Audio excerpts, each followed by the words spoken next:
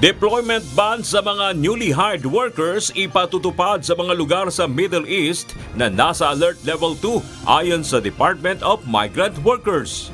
As I said, no time should be wasted, di ba? Kasi the essence of the deployment of the Alert Level 2 is its restriction phase, meaning tumaas na yung security concerns.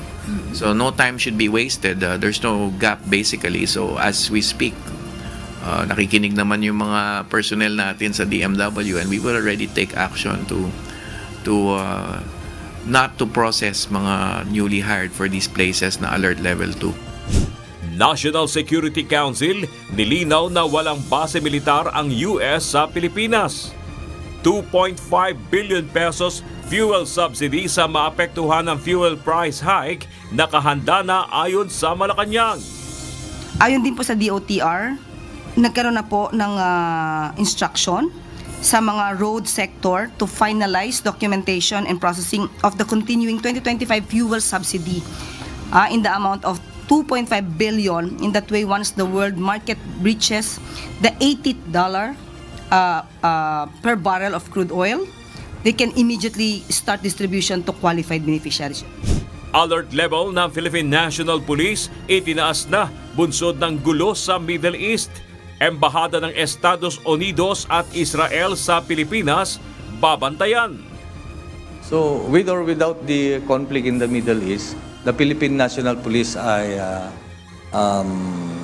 is standing firm, especially in our commitment to keep the public safe, and there's peace and order in our community. Ikatlo at ikaapat na reklamong impeachment laban kay Vice President Sara Duterte tinukoy na sufficient inform ng House Justice Panel. Every minute and every hour we prolong this impeachment gives the Vice President another opportunity to look for loopholes to evade accountability again and again. Pangulong Ferdinand Marcos Jr. hihiling ng emergency powers sa Kongreso upang maibaba ang ipinapataw na excise tax sa langis dahil sa nagbabadyang pagtaas sa presyo ng produktong petrolyo kasunod ng mga pag-atake sa gitnang silangan. PBBM tiniyak na sapat ang supply ng langis sa bansa. First of all, let me assure everyone that we have sufficient supply of oil. Meron tayong stockpile that are approximately 50 to 60 days in terms of gasoline, in terms of fuel oil, and in terms of kerosene. Air at sea assets ng sandatahang lakas ng Pilipinas nakahanda ng i-deploy sakaling lumala ang gulo sa Middle East. We are ready to prepare our assets in case we need to repatriate our Filipino nationals. This will be done in coordination actually with DFA, with DMW and the DND. For our air assets, most probably ito yung mobility natin, no? Yun din po sa Air Mobility Command. Kung ano man po yung ma-identify, most probably po it would be C-130s. Taas pasahe, posibleng ipatupad kung aakyat sa 60 pesos kada litro ang presyo ng diesel, ayon sa Land Transportation Franchising and Regulatory Board. Fuel subsidy, prioridad na ibigay ng LTFRB sa PUV sa halip na provisional fare hike. We will alarm the bells already. Pagdag 60 yan. Panukalang special power para mapababa ang fuel excise tax handang i-certify as urgent ni Pangulong Ferdinand Marcos Jr. Since siya mismo nang hingi nito, it will be declared as urgent or certified as urgent. Yes po, dahil po napapanahon. 100 milyong pisong pondo para sa fuel subsidy nakatakdang ipamahagi sa mga magsasaka at mangingisda. Coast cutting sa langis at enerhiya ipatutupad ng Department of Agriculture. Ito yung immediate na pwede natin na ipamahagi sa ating mga magsasaka at mangingisda na pwedeng maapektuhan kung sakali magpatuloy itong problema natin sa gitna silangan. Autopsy report ng estudyanteng biktima ng hazing sa Cavite inilabas na. 9 na suspect at iba pang persons of interest hinahanap na ng mga otoridad. Allegedly, according to the sa nagdalang tao, siya ay victim ng hit and run. Subalit sa ating pagsusuri at sa pagsusuri sa resulta po ng pagsusuri ng ating forensic, lumabas po siya ay biktima ng hazing.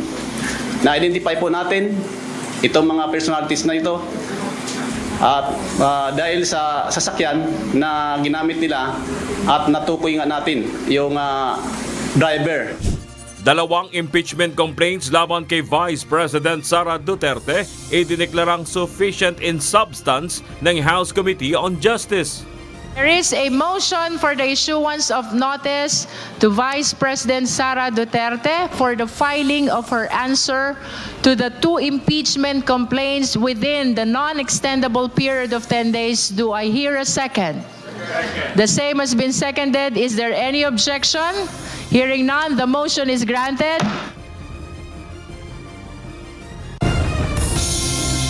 Bago at modernong footbridge sa Kamuning EDSA Busway sa Quezon City, maaari nang magamit ng publiko. So far, I'm happy to see that this is the sort of thing that ito naman ay kaya naman palang gawin. Hindi naman ganun kahirap at basta desidido tayo na ayusin natin ang commuter experience. Repatriation sa mga Pilipinong nais umuwi dahil sa gulo sa Middle East. Posibleng simulan na ayon sa Overseas Workers Welfare Administration. Again, masaya kami dahil ito yung una na dumating galing sa Dubai ng mga Pilipino and unang 25 na mga OFWs na dumating. We're very hopeful that there will be next batches of OFWs coming home to us. Panukalang 4-day work week. Dapat pag-aralang mabuti at hindi dapat mandatory ayon sa ilang labor at employers group. Well, personally, kung ako lang tatanungin, okay naman siya for me in terms of economics. Siyempre, makakatipid, and at the same time, more family time. Kumbaga yung transport systems natin ay makakapagpahinga.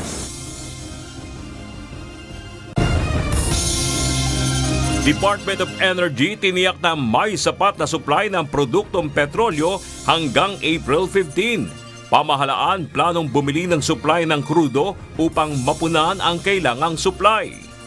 Well, to confirm po yan yung almost 50 days.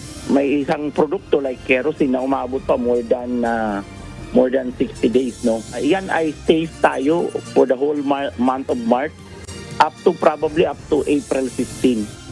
Pangulong Ferdinand Marcos Jr. mananawagan sa United Nations para sa kapayapaan at respeto sa international law kaugnay ng Middle East conflict. Ang UN ang pinakaangkop na lugar upang manawagan ng ating Pangulo para sa kapayapaan sa Middle East at sa kaligtasan ng lahat ng mga sibilyan, lalo na ng ating mga kababayan. Department of Interior and Local Government inatasan ng mga miyembro ng Tau Gamma Pi na isuko na ang mga sangkot sa hazing sa Cavite. So we expect again full cooperation and to the full extent of the organization, tutulungan ng PNP. Huwag nyo nang intayin ng PNP ang makahanap sa inyo. It might get worse. Okay? Parang PJK dito Okay? Pero mas maganda na may surrender nila kaysa habulin namin. At 3 hinihinalang kasabwat sa pag-espiya sa pamahalaan nasa kustodiya na ng Armed Forces of the Philippines ayon kay Navy spokesperson for the West Philippine Sea, Rear Admiral Roy Vincent Trinidad. Yes, all 3 of them are now under the AFP control. They have undergone all due processes. They are cooperative. And we now consider this case as closed.